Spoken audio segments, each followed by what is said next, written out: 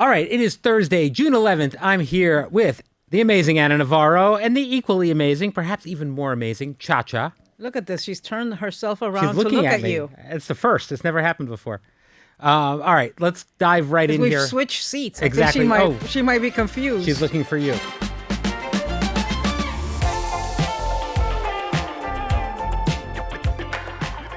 All right, so we had a big announcement on the show today. We announced that Vice President JD Vance is going to be on the show next Tuesday. This is the third sitting vice president that we've had on The View, the first Republican. What do you want to hear from him? I think people are kind of surprised he's coming, actually. So, well, it shouldn't be surprising. He's got a book. Right. And I think that everybody, including Republicans, know that at The View, we are really good at selling books. Yes. I think it's a very relevant time, and I want to ask him questions about Epstein. I want to ask him questions where there's several issues where there's sunlight between him and Donald Trump, right? Mm-hmm. The war, going into military action, all of these new wars.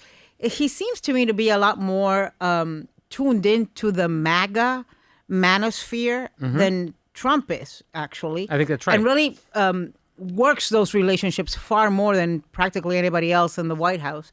So I don't know. I just, I hope we get to have a constructive conversation about the issues that Americans care about and are on Americans' minds, and that it doesn't turn into some free-for-all for the sake of creating a moment for him so that he can go out and sell books, which is what often happens with Republicans. I mean, there's obviously a lot of issues that you and the other hosts of The View and the vice president disagree on, but let's hear what he has to say about them. Let's hear his arguments for why they're right and you guys are wrong, and back and forth. Hopefully it's passionate debate that's respectful. And, it's the vice president. It's a big deal. So we're excited to do it. Now, let's get into some other hot topics because Graham Platner won the Democratic Maine Senate primary this week, despite reports of his troubling past coming to light. And, Maine is one of several Senate seats that are very important for the Democrats if they want to try to take the Senate. Does it bother you that he won the primary despite all of these accusations against him? Do you think it says something about the Democratic Party? Well, I think that he was going to win the primary was expected, right? Yes. There was basically Janet Mills, the former governor, who everybody thought was too old and who had withdrawn from the race, but her name was still on the ballot, but that, wasn't feasible. So there was nobody else for them to vote for, so he was going to win. And he won with 70+% of the vote. So, look, I think he's a pretty disgusting guy. I think the allegations and accusations, and that's what they are, that have come out against him are beyond troubling. They're reprehensible, and I think they are disqualifying in many ways. From the Nazi tattoo that he claims he didn't know was a Nazi tattoo that he had on his body for 18 years to the allegations of, infidelity and sexting and all of this. All of these things, I mean, he seems to have gone through a really horrible period. Right. Let's hope that that's what it is, a bad period. He alleges that it is because he was coming back from war and he had PTSD and he was drinking and, and it turned him into a toxic man and all of this stuff. Okay, this is how I feel about it. We have talked, but when I say we, I mean on this show, on CNN, on every network, every media outlet, all of these issues with Graham Platner have been aired out. It's not like anybody is covering up the fact of all of the accusations and all the allegations against him. So the people of Maine are making an informed, educated decision that they have the right to make on whether they want to vote for this guy who is horrible or for a woman who is a sane, decent person, but votes 96% of the time with the president who is horrible and doing horrible things to America. So I think it's a very hard choice, but I think the more we talk about it, the more informed the people of Maine are, right? Like you can't be in Maine, and I'm sure there's going to be tons and tons of ads about his character or lack thereof. Sure. So you just have to, acknowledge the fact that these people are going to make their decision. It is not for me to make. It is not for you to make. In the same way that the Christians, Bible-clutching Christians, held their nose, knowing exactly, and voted for Trump, knowing exactly who he was. They voted for Trump after hearing the Access Hollywood tapes. So they made an educated choice. Because to me, that's different than when you vote for somebody and don't know any of the stuff, and then it comes out after they're elected. You're surprised after the fact. Right. The people who voted for Trump, the evangelical Christians, all, the Catholics, the moral right, all of those people who voted for Trump knew exactly who he was when they voted for him. The people who are voting for Graham Platner know exactly what they are voting for, and they are making a choice. Now, devil's advocate here, it's been a conversation at our table about complicity. And if you voted for Donald Trump knowing these things, there was an argument from some at the table, and I think you might have felt this way at some points, that you're now complicit for the things that happen or the things he believes in. Do you believe that's the same thing here, or for is me, this the something word different? is not complicit, but you're looking. That might have been more of a Sunny You're thing. looking the other way. Okay. You're looking excusing the other some way things. and rationalizing it by saying I have other priorities. Like, I have a lot of Republican friends who said they found Trump to be abhorrent and abominable, but voted for him because they wanted a conservative Supreme Court. Sure. A lot of people did it over pro-life. Which they got. Yeah. Mm-hmm. And so I think there's a lot of people who are going to vote for Graham Platner because they want to get rid Senate.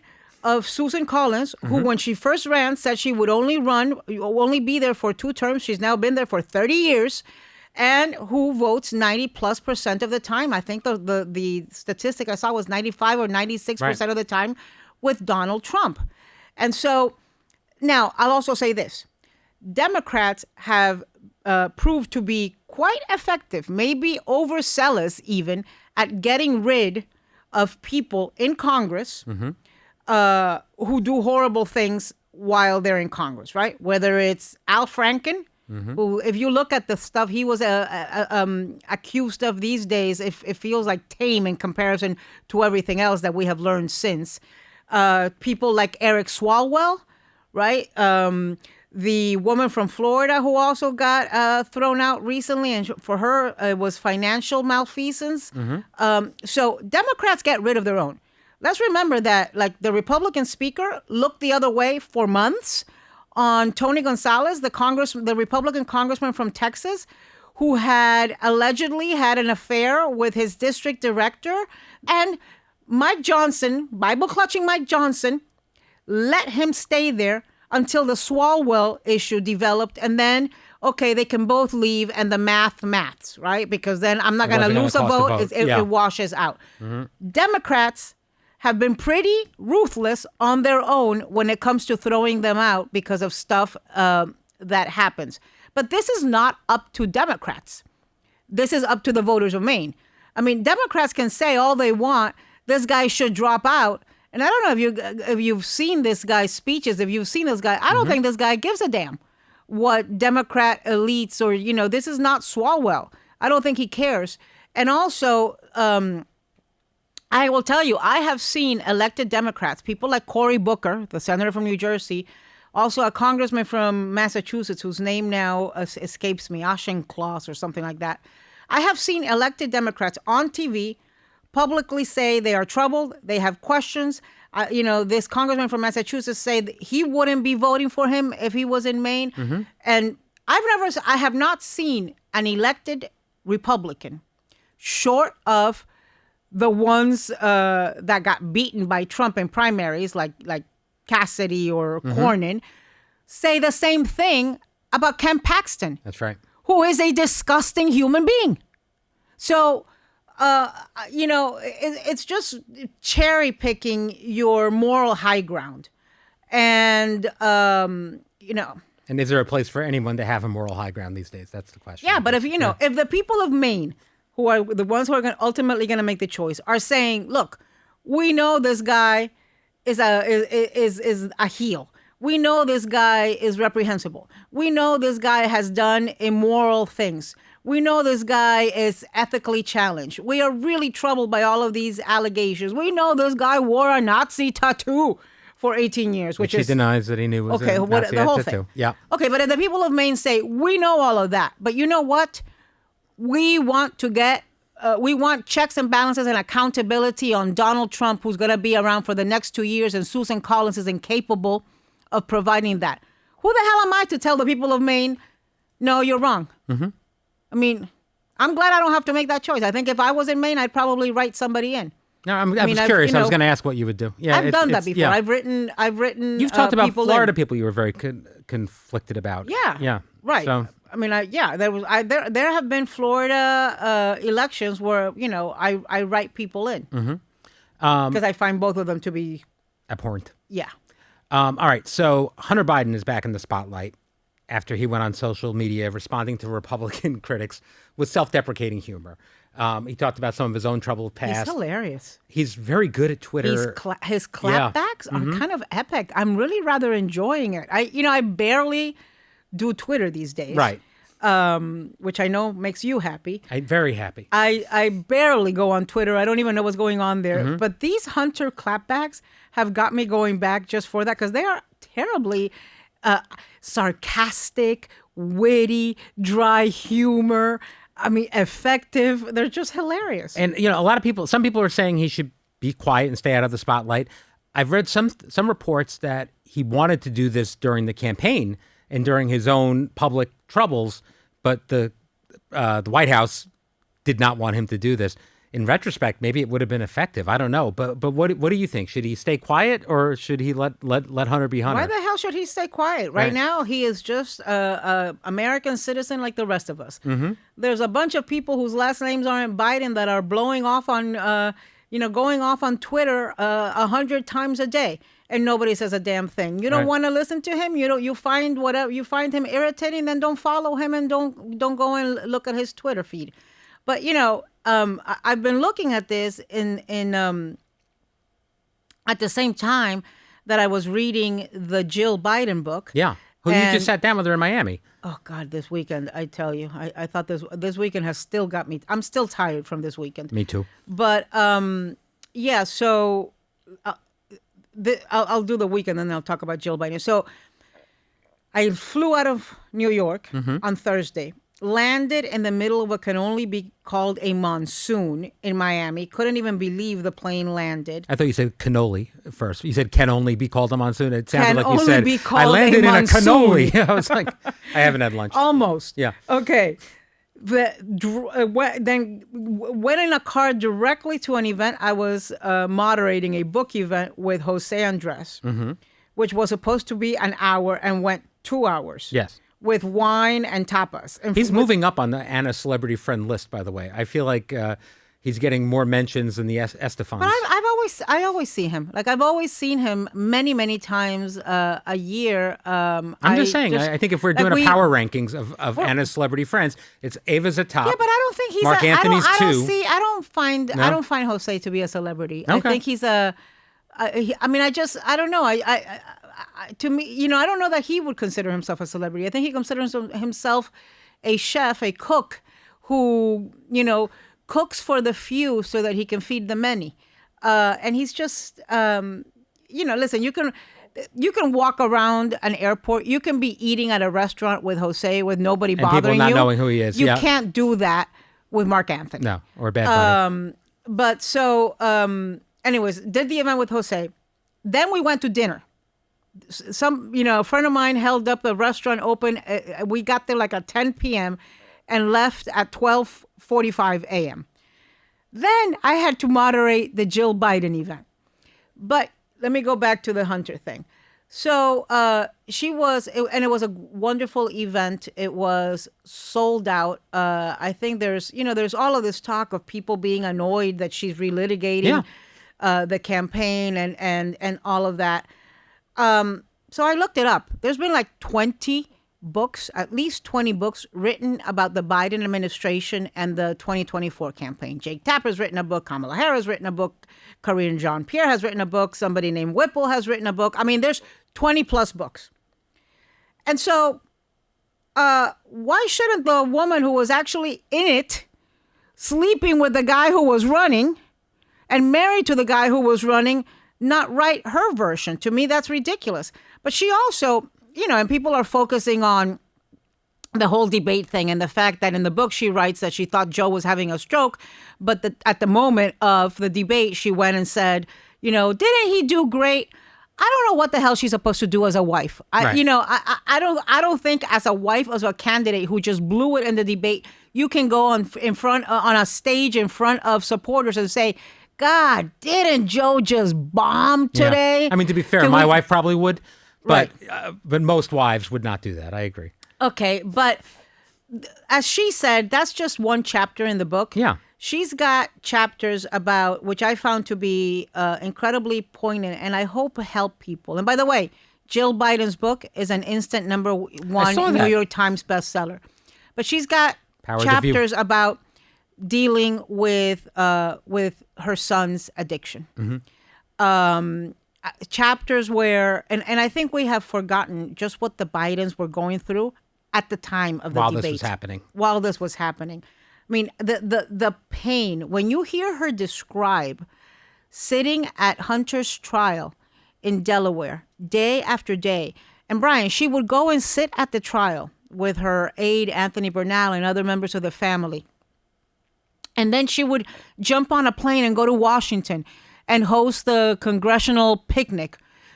During the trial, she went twice to France. She went twice to Europe because it was right around this time, and it was the celebration, one of the big anniversaries of D-Day.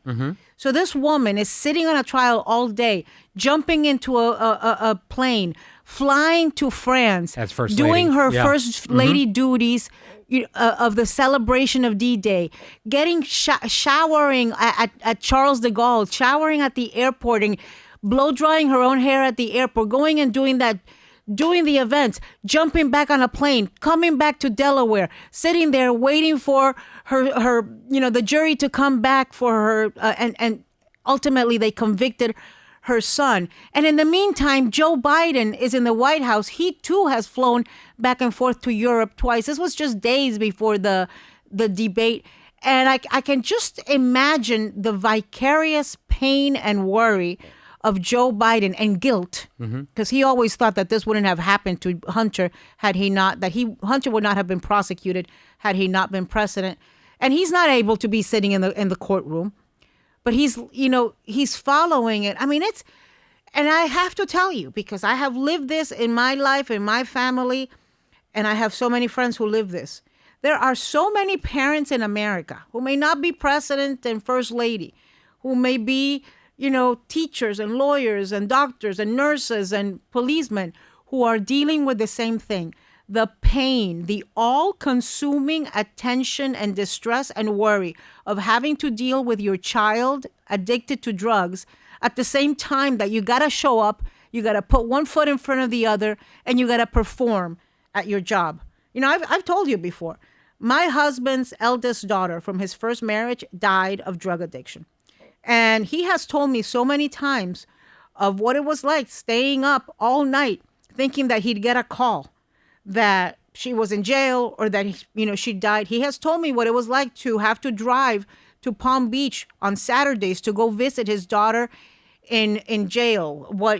Getting that call telling him that she was in the hospital where she ultimately died of an aneurysm as a result of the secondary effects. So I think there's parts of Jill's memoir that people should focus on because it's going to help other parents going through the same thing. I think her chapter on on how the doctors missed Joe Biden's prostate cancer. Yeah. I think it's a lesson to us all to be proactive about our own health. Absolutely. He was getting up 7 times at night. How the hell did they not advocate for, give him the PSA exam, run a scan on him? What is going on? So I think there's a bunch of parts of the book that are very, very relevant to average Americans who read it, and that will give them a lot of hope and lessons. Absolutely. You had a very funny text exchange with your best friend, Lee Schrager. Tell me what happened. He's a disaster. I don't know what to do with this man anymore. I really don't know what to do with him. This is like weekly. We have the same back and forth and argument. So Lee, who is brilliant. Yeah, he's a very smart guy. He's accomplished. He is like, he's like the head of corporate national communications for a big major company. And he believes everything he sees on Instagram. He takes it as the Bible. Yeah. He thinks, he sees AI things and he reposts them and he thinks they're true. And so we were supposed to go to Spain for the Bad Bunny concert. Yes. He and I were going for the January 6th concert, which was the day that I moderated the Jill Biden event. This is the one you invited Loki to. No, that was actually June 28th, which I might still go. You might I'm still go. thinking Okay. about You it. and Tom This is the Hiddleston. one All in right. London. But so we ended up not going. And so he sends me a text and he says, "You do know that last night was a night we were supposed to go to Bad Bunny in Madrid and the Pope was in the casita." I said, no, the Pope was not in the casita. It's AI. Lee, you believe every freaking thing you see on IG. And he says to me, "Do you know how many people told me that I'm missing the Pope on Saturday? Are you 100% sure he wasn't there? Oh my God, I believe everything. Well, he was definitely in Madrid at that time. So yes, I was taken for a fool yet again. This happens every week. I feel like if the Pope were at a Bad Bunny concert, it would be national news everywhere. I think we'd be leading with the ironic thing though? Yes. The Pope and Bad Bunny ended up meeting in Madrid, and there's no photos of it. There's no pictures of it. They had a private meeting. The Pope was doing a massive event, massive mass at Bernabeu, which is the soccer stadium in Madrid. It's ginormous. And he had a private meeting with Bad Bunny. And I'm thinking to myself, oh, wait a minute. You got an entire album called I Should Have Taken More Pictures, and we can't get one picture of you and the Pope? I respect it. It wasn't about publicity. But, and I love the fact that they got together because I think, first of all, Bad Bunny does a lot of good things through his foundation. He's, he is a good, decent guy who cares tremendously about his community, his people, and the youth. And, is constantly trying to help. And so I think the Pope meeting with somebody who's got such appeal with the youth. Yeah, absolutely. It's a good thing. Absolutely. Before we go, you said you had a documentary you wanted to mention. Oh my God, was this good? Yesterday, I went to a Tribeca screening of a documentary about Martina Navratilova and Chrissy Everett. I don't even know what it's called. Maybe it's called Martina and Chrissy. Maybe it's called Navratilova and Everett. I don't know. It's coming out on Netflix June 26th. And, I grew up watching them. Sure. I mean, Martina, who lives in Miami, is a friend of mine now. But, for decades, she was a legend to me and an idol. And I would go watch them at the Lipton tournament. I remember when they were in a final. It must have been like 85 or something. I was in high school. And so it's such a complex and wonderful documentary about these two, top athletes focused on their game, but also a very complicated friendship because they were friends and they were adversaries. And Chrissy was number one when Martina was coming up. Martina's 2 years younger. And then Martina became number one and Chrissy was so solely focused on beating her. And so it's the story about a female friendship in this high profile role as the number one athletes, 1 and 2 athletes in tennis for decades. They met something like 80 times against each other. Think about the insanity of that. They each won 18 Grand Slams. And then now in their older years, they both got cancer and were going through cancer at the same time. And there were times when they were very close friends and there were times when they weren't friendly at all. This reminds me of one of my favorite documentaries, very similar premise. It's about Larry Bird and Magic Johnson. It's called Courtship of Rivals, and how they, again, the very best at what they did, very different people, black and white, Indiana farm kid in LA, Showtime Lakers. And they also had like almost a secret friendship. Right. Based on, because I think at that level, there's only so many people that can understand what they do. I mean, these are elite people and competitors in a way that. So so during the documentary, at the start of the documentary, they have like snippets of what they think are like these epic rivalries. Yeah. Let's see how many you can guess. Football. Give me an epic rivalry. Oh gosh. Tom Brady and Peyton Manning. That was it. That's the one they come up. Okay. Mm-hmm. Basketball, you already mentioned it. Bird and Magic. Boxing. Boxing. Ali Frazier. Yeah. God, you're good at this. This is stuff I care about. And so this, and then and then they had Martina and Chrissy Everett. And like you say, they couldn't have been more different. One is, one was like your girl next door, golden child from feminine, wearing little frilly ruffled bloomers. From Golden Girl from Florida. Martina, from Czechoslovakia, defected from that communist regime, came out as lesbian. Actually, she didn't come out. It was written before she could actually. She was outed. She was outed. And so just the incredible difference, but it's driven, and fortunately, they're both cancer-free. Thank God. But man, have they gone through it. Man, have they gone through it. All right. Well, we have to go because we're supposed to tape something with Whoopi, and she's going to be annoyed. Oh. Thank you for joining me today, Anna. We have an all-new View tomorrow. We will see you back on the podcast next week, and see you then. Behind the Table is executive produced by Brian Teta. Supervising producers are Nathan Getty and Summer Shake, with associate producer Emily Darcy and editor Brian Davis. Our director of publicity is Laurie Hogan, and our senior manager of production operation is Enza Dolcenini. From ABC Audio, Trevor Hastings serves as senior producer, with director of podcast programming Josh Cohan.